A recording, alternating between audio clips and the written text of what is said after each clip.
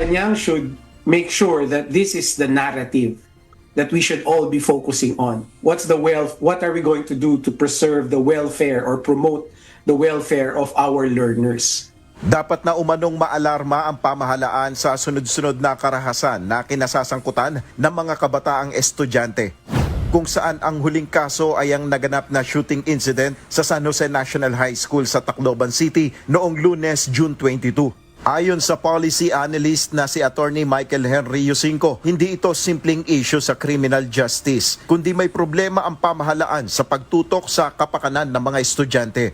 Bukod sa seguridad, malaking usapin rin dito ang kalidad ng edukasyon na natututunan ng mga kabataan.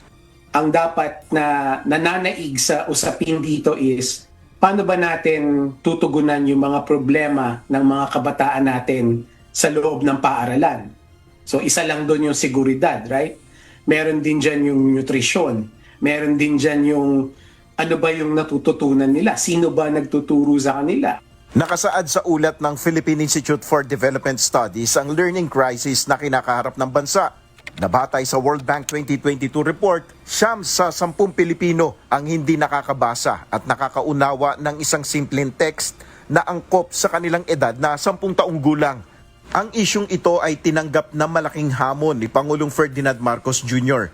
Ayon kay Attorney Yusinko, ang pangangalaga sa kapakanan ng mga kabataang estudyante ay hindi lamang obligasyon ng gobyerno, kundi malaki rin ang pananagutan dito ng mga magulang o guardians.